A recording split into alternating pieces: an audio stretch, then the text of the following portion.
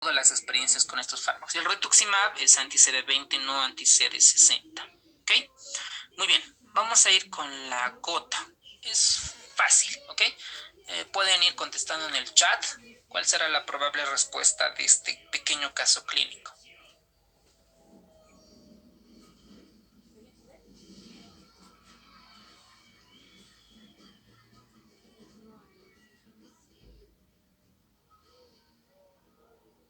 Estoy yendo, ¿dónde está?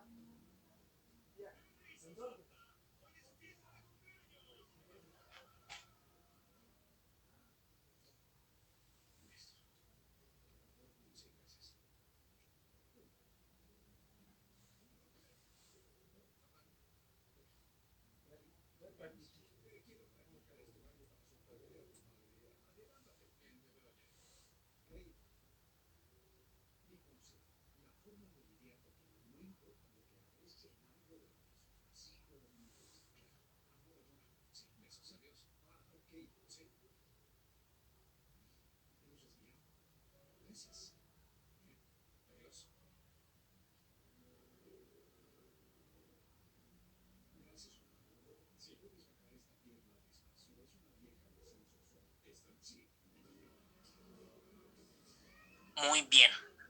A ver, se trata de un paciente de 58 años de edad, de Cochabamba. Pues en Cochabamba la comida es deli, ¿no? Como en todos nuestros departamentos. Acude a la consulta por dolor en el primer ortejo. Ok. Ok, probablemente sea una podagra desde hace 3 horas. Parece gota aguda. De antecedentes, cuando nos preguntan un caso clínico, cada, cada variable, cada concepto o tipo, ¿no? Por algo nos están diciendo, ¿no? Yo creo que de aquí a un par de años, cuando ustedes ya estén egresando de la especialidad y ya sean subespecialistas, seguramente vamos a cambiar este tipo de preguntas, ¿no? Entonces, presenta hipertensión, enfermedad renal crónica. Listo. Con esto ya nos están diciendo que vamos a usar fármacos que no vamos a, bueno, que no vamos a usar fármacos contra una enfermedad renal crónica, o que vamos a usar fármacos que no tengan metabolismo renal, ¿ok? Y aparte tiene úlcera péptica. Por algo nos están refiriendo el caso clínico. Actualmente refiere que está con hidroclorotiazida por la hipertensión, nifedipino por la hipertensión y omeprazol, supongo, por la úlcera péptica, ¿verdad? Su temperatura es 37.8, una buena presión, buen latido, y la artrocentesis es negativo para cristales birrefringentes. Esto ya nos está diciendo de qué pudiera tratarse, ¿no? ¿Qué artropatía por cristales está? Su creatinina está 2.4. Yo indirectamente ya debería de sacar la tasa de filtrado glomerular por MDR4 o por CKD-EPI, ¿verdad? Para ver CKD-EPI. Muchos fármacos, de manera general, van a estar contraindicados cuando esté con una tasa de filtrado glomerular menos de 30, ¿ok? Entonces, cuando vean que tiene una creatinina, ¿no?, que se acerca a una tasa de filtrado glomerular menos de 30, están contraindicados los fármacos nefrotóxicos. ¿Cuál es el tratamiento más adecuado? ¿Ok? Entonces acá muchos de estos fármacos, ¿ok?, algunos van a tener nefrotoxicidad, incluso pueden desencadenar una crisis hipertensiva, porque el paciente tiene hipertensión. Entonces vamos a ver artritis, gota. Bueno, la artropatía por cristales son generadas por varios cristales, pero en su mayor prevalencia para el examen de la residencia no entran todas. Por ejemplo, por el pirofosfato cálcico no entra el examen de la residencia, entra gota. Sabemos que más o menos por el año 1961, McCarthy y Hollander introducen el microscopio de luz polarizada. ¿Pero qué tiene de especial esta? Este cristal, eh, este microscopio tiene la característica, la diferencia de otros microscopios, de identificar que no necesitas una tinción especial, no necesitas una tinción especial. Y por técnicas cristalográficas de microscopía electrónica, el análisis elemental con dispersión de energía y la difracción radiográfica. En resumen, que se puede ver ciertos microorganismos como el Treponema pallidum, ciertos cristales sin una tinción especial. ¿Ok? Entonces estamos hablando en este caso de los famosos oxalatos de calcio, uratos monosódicos, etcétera, etcétera. Entonces las artritis por cristales pueden ser producidas por polifosfato cálcico, las hidroxiapatitas y el oxalato cálcico pueden generar artritis agudas o crónicas. Para esto, para identificar estos cristales, se han utilizado microscopios de luz polarizada. Ustedes ven el mecanismo físico, ¿no? Para ver el efecto Tyndall, etcétera, etcétera. Entonces, con la luz polarizada se puede identificar varios cristales, ¿ok? Entonces, acá nos dicen, con la luz polarizada uno de estos no se puede identificar. La respuesta es los cristales de hidroxiapatita o cristales simplemente de apatita, ¿ok? Bueno, dentro de la clasificación vamos a tener que la enfermedad de gota está producida por el monourato de sodio, ¿verdad? Que esta produce la parte aguda gota o también la parte crónica gota. Luego tenemos otros cristales, el pirofosfato cálcico y la hidroxiapatita, que esta se denomina pseudogota y en la parte crónica la artropatía crónica. Y la por hidroxiapatita específicamente nos ataca los tendones generando la tendinitis cálcica. Cuando estos cristales de gota, ¿no? Se van generando, se van acumulando en ciertos tejidos blandos, van a generar los famosos tofos y también las nefrolitiasas por ácido úrico. Clásica pregunta, ¿no? ¿Cuánto porcentaje de los pacientes que tienen hiperuricemia, ¿no? ¿Cuántos tienen tofo? Al igual que los nódulos reumatoides. Para la hiperuricemia crónica hay factores de riesgo, ¿ok? Sobrepeso, hipertensión, bla, bla, bla. Aquí debemos recalcar el diurético. Recuerden nuestro caso clínico, tenía hidroclorotiazida. Y ciertos diuréticos también son factor de riesgo para la hiperuricemia. Dieta rica en carnes, mariscos, alimentos y bebidas con alto contenido de fructosa y la función renal deficiente, porque el riñón se trata de eliminar el ácido úrico. Ahora, cuando un paciente con hiperuricemia, ¿no? Está normal y de repente sufre un trauma, cirugía, etcétera, desencadenan brotes de gota.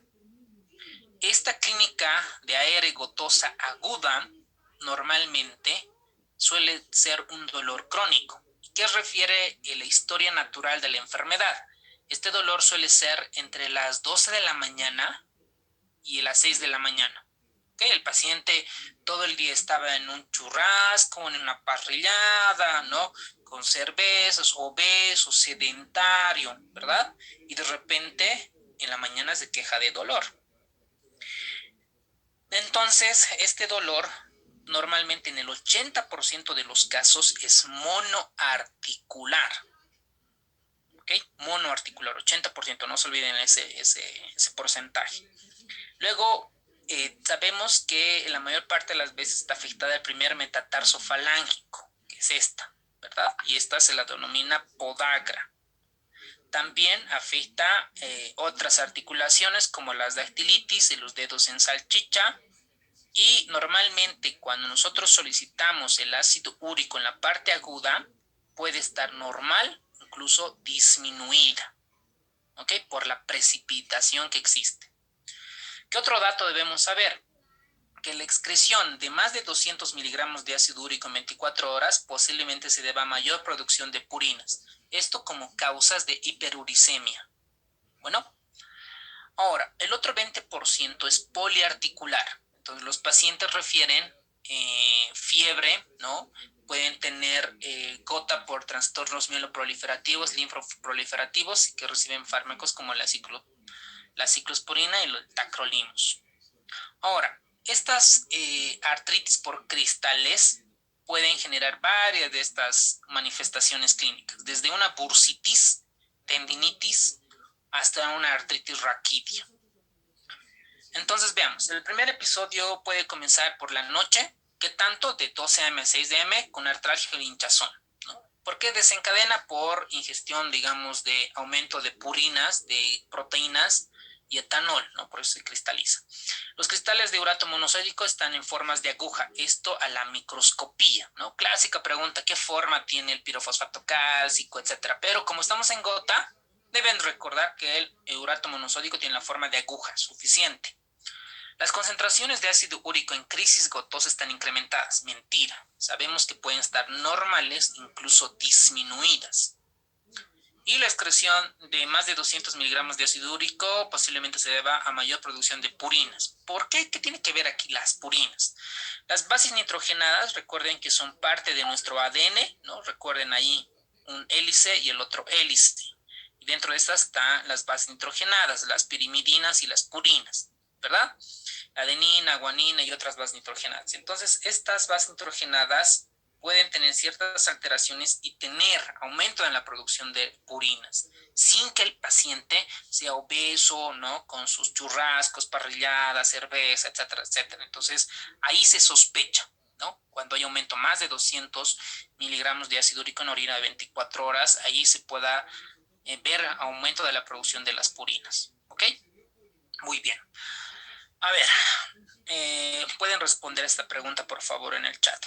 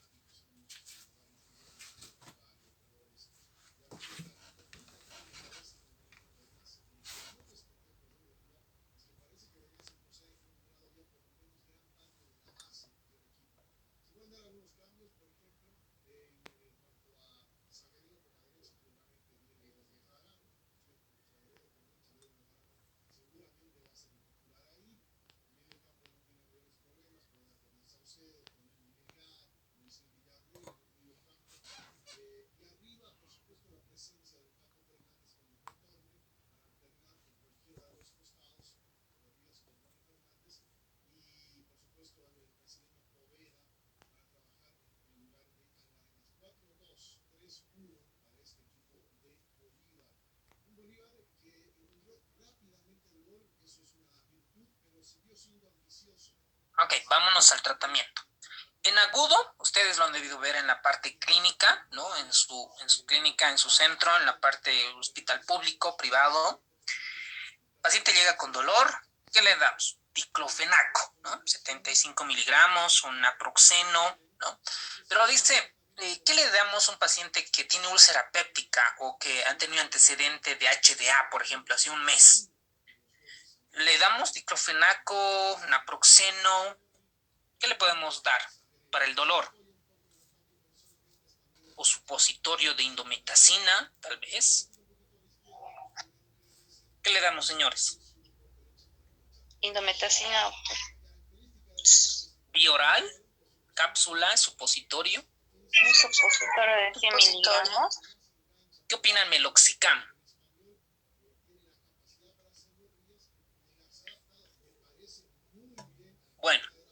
Eso ya es un poco más de fármaco, ¿no? Pero lo que dice Harrison es darle AINES. ¿Perdón? A ver. Un control selectivo. Eso, es la respuesta. Muy bien, doctora, doctor. Excelente, ¿ok? Si un paciente tiene antecedente de úlcera péptica, no le vas a dar diclofenaco, ¿no? Lo vas a hacer sangrar. Bueno, en lo que dice Harrison, ¿no? Voy a repetir. AINES, reposo, colchicina, corticoides. Listo, esos tres. Las dosis, pues lo pueden sacar del Dynamel, Up2Date o de un libro de farmaco, pero pues ya eso ya, ¿no? Comenzamos a ver. Corticoides igual, ¿no? 8 miligramos o prednisona o dexametasona. Y en esta parte no está indicado los hipouricemiantes, allopurinol, probenecid, febuxostat, benzbromarona, no está indicado. ¿Okay? No le vamos a dar si sabemos por fisiopatología que el ácido úrico está normal o disminuido, ¿no? No es incluso podemos precipitar gota, peor, ¿no? Entonces no está indicado. Su AINE, ¿no? Su colchicina y corticoides, listo. Con eso le va a calmar. Ahora, después de un par de días, nosotros solicitamos el ácido úrico, perfil lipídico, presión arterial, todo lo que es el síndrome metabólico, etc.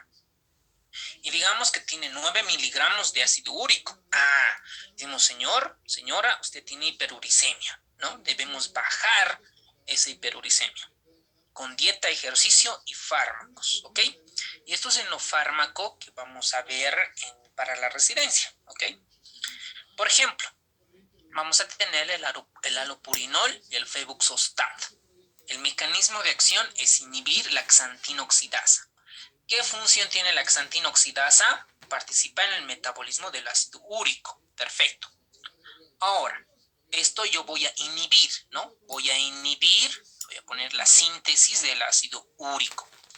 Otra forma de bajar, de disminuir el ácido úrico, es eliminar a través de los riñones. Y eso se denominan los uricosúricos. Bueno, dentro de los uricosúricos tenemos la benzbromarona y el probenecid. ¿Ok? Benzbromarona y el probenecid. Pero estos uricosúricos están contraindicados en dos: en enfermedad renal crónica y en nefrolitiasis. No puedo utilizar. Por eso al paciente que yo lo voy a valorar, ¿no? Le mido el ácido úrico, perfil lipídico, bla, bla, bla. También solicito la creatinina para ver cómo está la tasa de filtrado glomerular. ¿Ok? Y cómo, si el libro de Harrison me dice, ¿no? Cuidado, no usar uricosúricos en nefrolitiasis. ¿Cómo? Descarto. ¿Qué examen complementario le pido al paciente para descartar que no tenga nefrolitiasis? ¿Qué le pedimos? Ecografía renal. Una tomografía. Una ecografía renal. Mira bien. Tomografía. Ok, una pielotac, dice, ¿no? Está bien, una pielotac contrastada. Bueno, entonces lo tratamos al paciente, ¿no? Ahora, la hiperuricemia asintomática, cuando no tiene clínica, no está indicado el tratamiento de hiperuricemia asintomática de M2, bla, bla, bla. Hay unas guías, van a ver ya cuando estén viendo en medicina interna, cuando está indicado dar estos inhibidores de la xantina oxidasa. Van a encontrar los puntos de corte, por ejemplo, en cuanto a la clínica. Ahora veamos la pregunta. En la parte aguda está indicada colchicina, AINES y corticoides. Perfecto. El allopurinol es un inhibidor de la xantina oxidasa, de la oxidasa de xantina. Perfecto. El probenecid es ineficaz cuando la creatinina está más de 2 miligramos de decilitro. Recuerden, ¿no? ¿Dónde está? Recuerden, el probenecid, ¿no? Está contraindicado en enfermedad renal crónica y nefrolitiasis. Acá puede ser cuando la creatinina esté alta o el paciente esté con, a ver, pues, ¿dónde está? No sé qué ha pasado. O con nefrolitiasis. ¿Ok? Entonces el paciente puede estar. Los hipouricemiantes están indicados en la parte aguda, nada que ver, ¿no? Porque sabemos que puede ser igual o normal. Luego tenemos otros fármacos, ¿no? Que están en fase de investigación, que también lo menciona Harrison, que es el rilonacept, que es un inhibidor de la interleucina beta. Perfecto. Con esto hemos terminado gota. Vámonos a lupus, el tema eh, lobo, ¿no? El lupus significa lobo. Es el tema estrella del gran mundo de la reumatología. Ok, este caso me faltaba compartirles. A ver, permítame, les voy a mostrar. ¿Por qué? Sobre todo es ver el por qué. ¿Por qué la respuesta acá es corticoide? A ver, alopurinol es agudo. ¿Damos alopurinol o no? No. Exacto, nada que ver entonces, ¿no? Porque está contraindicado. Altas dosis de colchicina, paciente renal crónico. ¿Ok? Dice dónde está la creatinina. Acá está, 6.4. Ok, puede ser medio que más o menos, ¿no? Ok, porque damos AINES, corticoides, colchicina, indometacina. Entonces acá, ¿por qué es no? Porque el paciente tiene úlcera péptica, ¿verdad? Úlcera péptica. Probenecid, ¿por qué está contraindicado el probenecid en este caso clínico? Enfermedad porque tiene lesión renal crónica o aguda, no sabemos. ¿Ve? Y nos verá el laboratorio, la hemoglobina, la ecografía renal para ver la relación córtico-medular, para ver si es una etcétera. ¿Okay? Doctor Gastón, buenas noches. Okay. Hola. Doctor Gastón, una preguntita. Hablando aquí de la endometacina. La endometacina, pues, como usted tiene conocimiento, se da por vía oral, pero también se puede colocar por vía rectal mediante supositorio. La pregunta del millón es, en este caso, no le podemos, si tiene una úlcera péptica, se supone que la endometacina es vía oral, no le podemos cambiar a vía rectal. Es una buena pregunta. Sí, algunos colegas no dicen, como tiene úlcera péptica, la indometacina le daremos rectal en supositorio, ¿no? Por la explicación, ¿no? Que las venas hemorroidales, todo el sistema hemorroidal no pasa por la parte digestiva, se va directo al plasma, ¿no? Pero en la medicina basada en la evidencia, indirectamente, aunque sea en mínima cantidad, va a llegar al sistema digestivo. Pero no es tanto al igual que darle vía oral, ¿ok?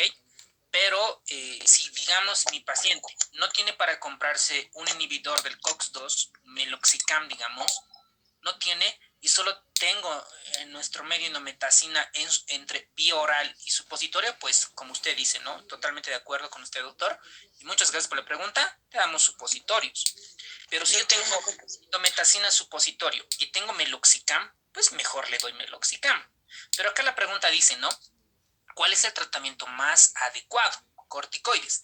El corticoide también está asociado a úlcera péptica, pero menos, con riesgo relativo menores, y la reducción del riesgo absoluto también menores versus el AINE. ¿Ok? Porque también el corticoide indirectamente puede desencadenar un HDA. ¿Vale?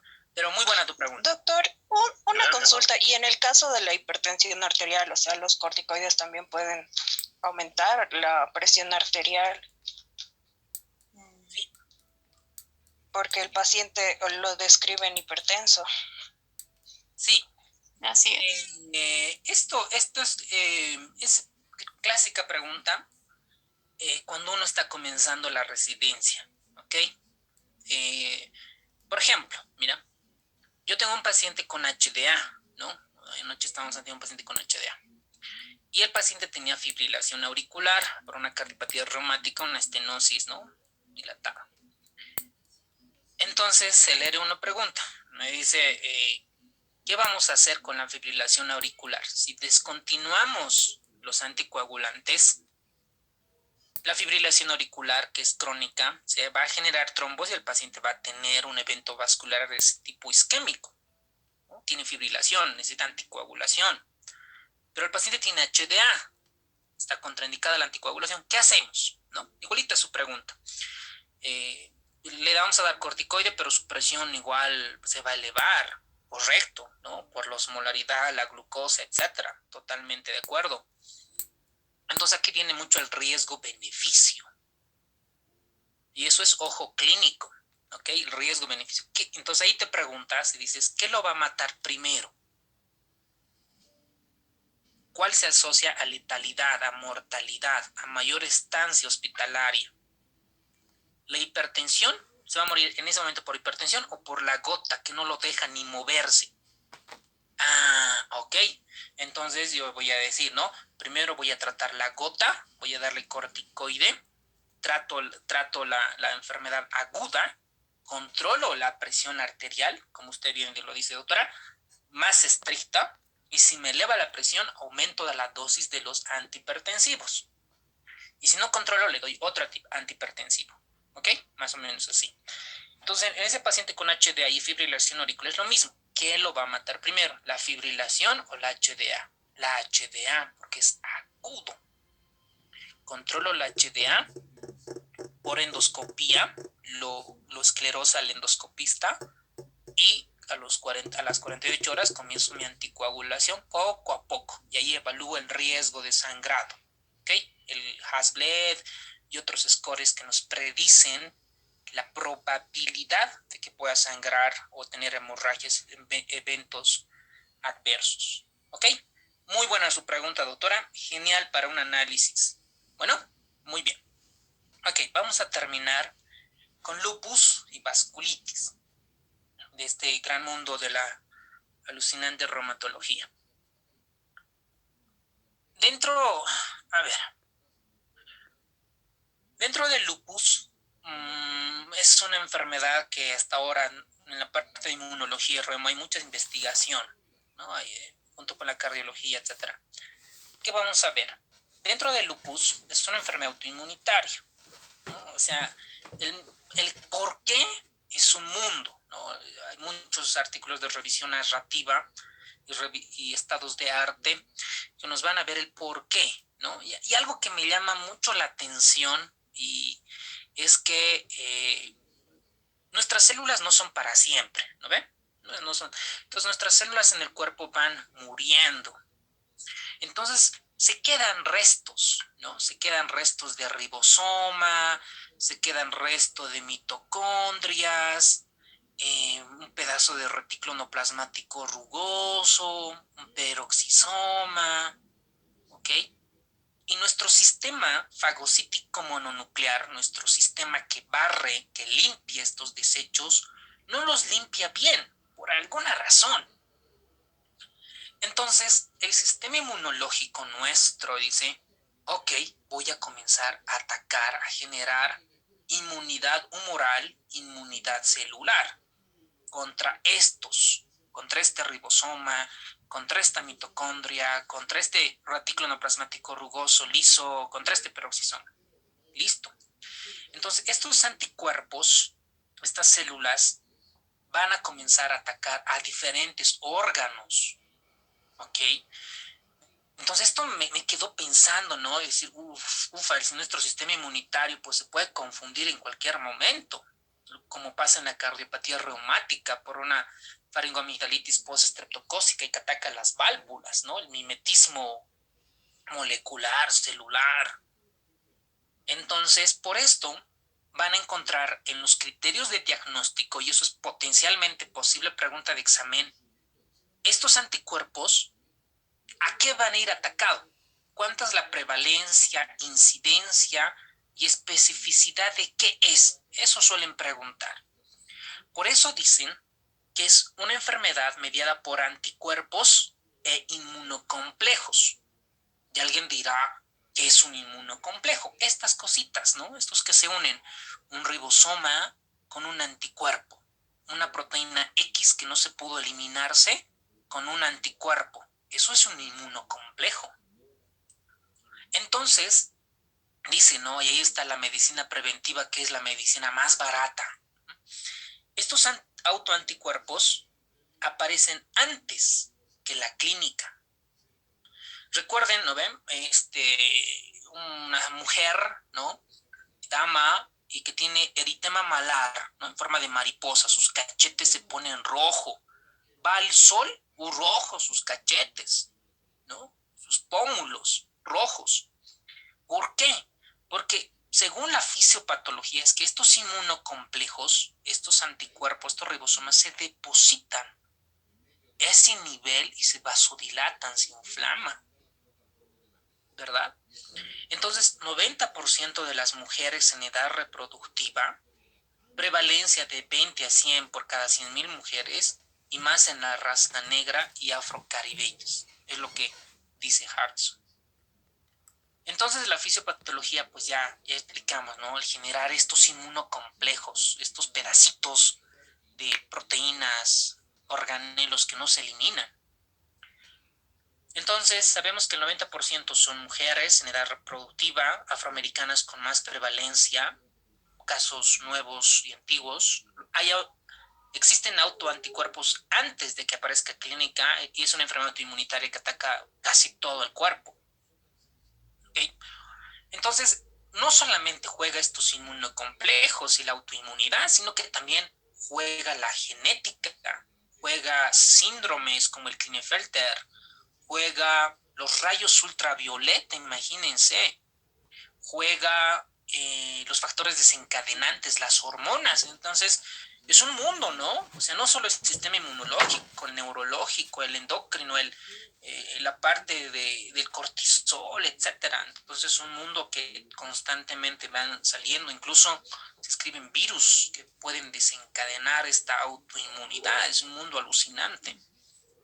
Entonces, este alucinante esquema de Harrison me parece genial, ¿no? Donde primero dice, hay una predisposición genética, ¿ok? Hay una predisposición genética.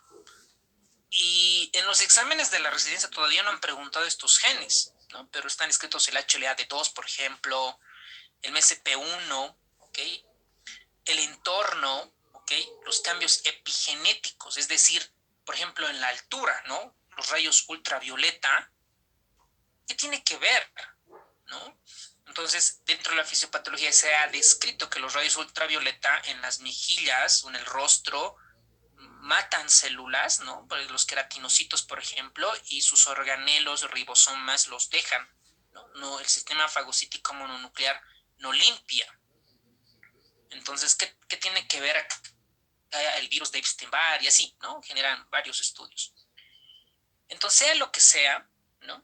Se genera una respuesta inmunitaria alterada.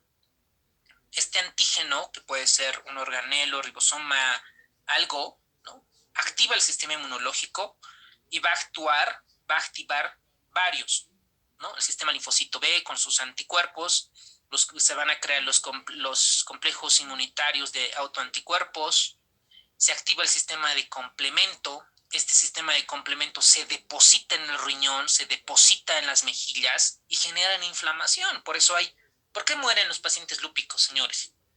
¿Por qué fallecen? Enfermedad renal. Exacto. ¿No? Es una de las causas importantes. Porque estos inmunocomplejos se depositan en el riñón y generan la nefritis lúpica.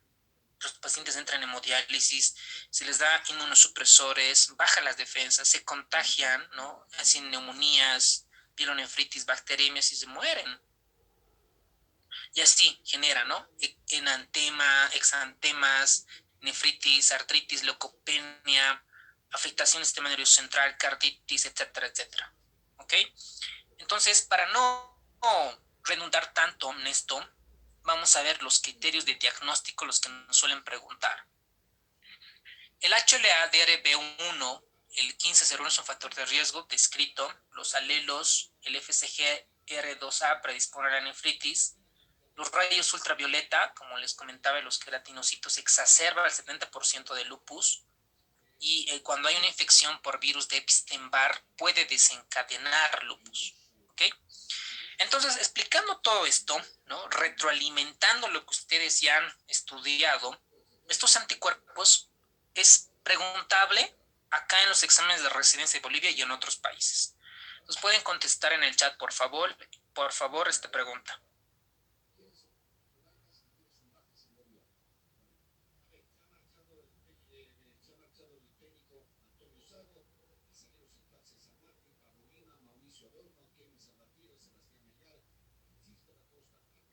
Perfecto. Muy bien. Muy bien, señores. Otra pregunta.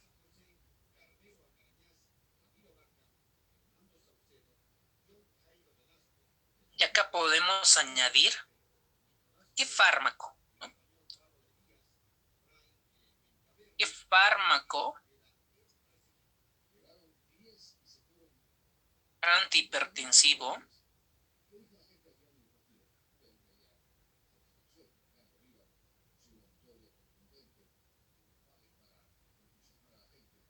induce el lupus like? La hidralacina. Eso, muy bien. Muy bien. Muy bien. Vayan contestando, por favor.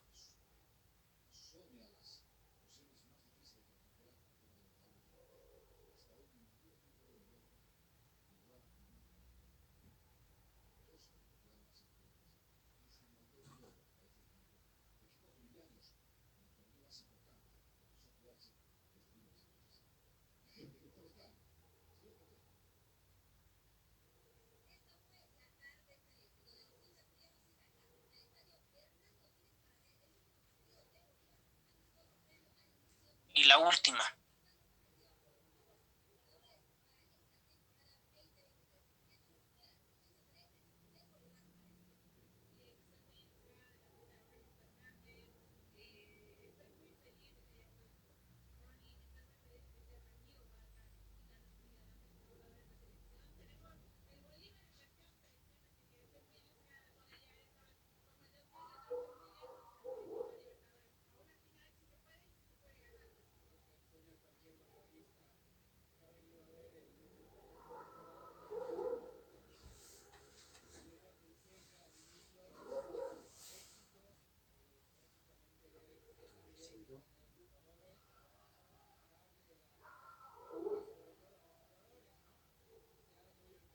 Bueno,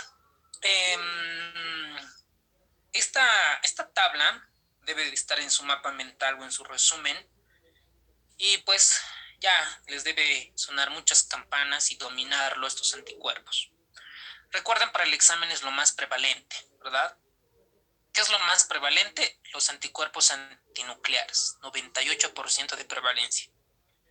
No creo que en el examen pregunte 98, ¿no? ¿Cuál es el porcentaje? Pero imagínense, 98% van a tener, los pacientes que tienen lupus van a tener positivo estos anticuerpos. Y si no tiene, es muy poco probable, ¿verdad? Porque 2% nada más no los tiene. ¿Cuál es el antígeno? ¿No? Este es su anticuerpo, un anticuerpo tiene su antígeno. El anticuerpo es anticuerpo antinuclear. Entonces el antígeno es los múltiples nucleares. Un poco medio generalizado, ¿verdad? Porque aquí tal vez debería mencionar las nucleoporinas, ¿no? La cromatina X, la histona, etcétera. Pero eso es bueno. Es el mejor estudio de detección y los resultados negativos repetitivos reducen la probabilidad de que sea lupus. ¿Okay? Luego tenemos el segundo, que es el anti-DNA de doble cadena, el DS. Tiene alta especificidad, eso deben de recordar. Y algunos pacientes correlaciona con la actividad. Entonces, 2 puntos acá debo de resaltar: especificidad y correlaciona con la actividad. Y alguien dirá, pero ¿qué es actividad? Es decir, si la enfermedad está activa, ¿no? Puede ser un paciente que esté con lupus, pero su enfermedad no está activa, está en reposo, el lobo está durmiendo, o puede estar despertando, ¿no? Entonces, mucho depende la clínica y este anticuerpo. ¿Okay? Después está el SM, ¿no? Las ribonucleoproteínas, está el anti-RO. ¿Qué debemos saber del anti-RO? No es específica de lupus, y lo que sí, anti-RO Sjögren, ¿no ve? Es el mismo técnico. RO Sjögren. Entonces, correlaciona muy bien con el síndrome de Sjögren. Como Sjögren también tiene que ver con el sistema anexial, ¿no? Está el lupus cutáneo. ¿Ok? Cuidado en el examen, les pregunten, para lupus cutáneo, lupus neonatal, con bloqueo cardíaco, ¿qué anticuerpo se correlaciona? El anti-Ro. ¿Ok? Luego el anti-LA, el SCP, tiene un poquito menos riesgo de padecer nefritis nada más. Aquí no lo veo potencialmente pregunta. Y esto, ¿no? Estaba en nuestro banco de preguntas, la antihistona. Ustedes recuerden que la histona es una proteína de ensamblaje del material genético, específicamente del ADN, y este es frecuente por fármacos. Y el fármaco, el clásico, es el que nuestra colega respondió, ¿no? La hidralacina, que produce lupus-like, similar al lupus, etcétera, etcétera. ¿Ok? Incluso esto se puede armar un caso clínico, ¿no? Puedo inventar un caso clínico. El antifosfolípido. Miren, la mitad de los pacientes con lupus pueden tener el síndrome antifosfolipídico. Y aquí tenemos 3 antígenos, esto no pueden olvidarse. Los fosfolípidos, el cofactor de glucoproteína 1 y la protrombina. Entonces, acá dice, ¿no? Existen 3 pruebas, 2 de tipo ELISA para detectar cardiolipina, la beta 2 microglobulina, el sensible a protrombina, y esto predispone a la hipercoagulación, abortos y trombocitopenia. ¿De qué estamos hablando? Hipercoagulación, abortos, trombocitopenia. ¿Qué síndrome es?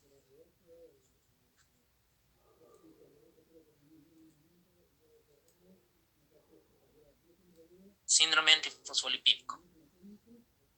¿Ok? ¿Qué compone el síndrome antifosfolipídico? Hipercoagulación, abortos y trombocitopenia. ¿Ok? ¿Cuáles son los antígenos? Cardiolipina, beta-2 microglobulina y el tiempo de sensible de protrombina. ¿Ok? Esas son clásicas preguntas. Este cuadro es súper importante. El antieritrocito, esto nos van a dar como mide COMS directo para las anemias hemolíticas. Antiplaquetario, el antineuronal, esta se ha asociado con algunas series de resultado líquido cefalorraquídeo positivo, y el antirribosómico en algunas series, en algunas cortes, que se relaciona con la depresión y la psicosis por lupus. ¿Ok? Entonces en lupus, estos anticuerpos, súper, o sea, es potencialmente muy probable que si entra de lupus, entre estos anticuerpos. ¿Ok? En la mayor prevalencia, nadie se lo puede perder. Anticuerpos antinucleares. ¿Cuál es el anticuerpo más específico y que se correlaciona con la actividad? El de doble cadena. De eso no pueden olvidarse. Específica y con actividad. No sé si está en esta tabla otro anticuerpo con actividad. A ver, permítanme, revisen. No tiene correlación clínica, la mayoría, bla, bla, bla. No es específico, se encuentra alta con otros síndromes similares a síndromes reumáticos, bla, bla, bla, bla, bla. Hay otro anticuerpo más, pero para el examen de la residencia, vean con el anticuerpo de doble cadena, ¿ok? El DS, actividad y específica.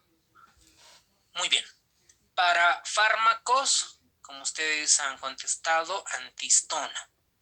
Y para psicosis, depresión, el antirribosómico P, ¿ok? Después cualquier parte de ese cuadro nos pueden preguntar. Uno de estos anticuerpos no corresponde a un anticuerpo de lupus. Bueno, una vez que nosotros valoramos un paciente, a ver, en la vida real, ¿cómo llegan estos pacientes? A ver, pueden llegar por una infección, ¿ok? Tienen neumonía, una infección urinaria, etcétera. Y les revisamos, ¿no? Revisamos y en realidad en vez de neumonía era una neumonitis lúpica. O ahora, ok, el cultivo ha salido negativo, pero tiene un pulmón, ¿no? Y de repente le preguntamos, señora, ¿se le ha caído el cabello? Ah, sí. Sí, doctor, se me ha caído el cabello, he estado perdiendo mucho cabello. Y cuando sale al sol, ¿no? Cuando toma el sol, se pone rojo los cachetes, los pómulos, los malares. Sí, me pone, ok. Estoy sospechando de que el paciente pueda tener lupus. Y así estas manifestaciones nos suelen preguntar. Entonces, las manifestaciones clínicas pueden venir con lupus cutáneo agudo, subagudo, fotosensibilidad, esto ya sea malar o maculopapular o ampolloso, la verdad es que nunca he visto un ampolloso, probablemente ustedes, un lupus cutáneo crónico, úlceras bucales, y esto es clave, ¿no? A ver, abra la boca, señora, ¿no? Con baja lenguas buscamos las úlceras, alopecia, no cicatrizal, sí, evidentemente se le cae el pelo a la señora, ¿no? Porque hay una región de alopecia. Sinovite, ¿no? Sinovitis, serositis, alteraciones renales, neurológicas, y le pedimos, ¿no? Hemograma, glucemia, creatinina, NUS, electrolitos, examen general de orina, y vemos, ¿no? Evidentemente que tiene una anemia. Solicitamos el test de Coombs directo o indirecto para ver si no tiene anemia hemolítica, leucopenia, linfopenia y trombocitopenia. Entonces, llega con esta clínica el paciente. Y nosotros pedimos el perfil reumatológico específicamente para lupus.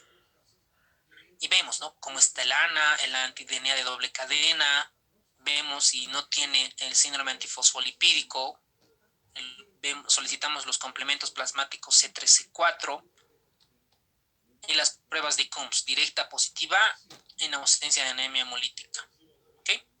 Y aquí tenemos, el libro de Harrison nos da el algoritmo, cómo vamos a valorar a un paciente.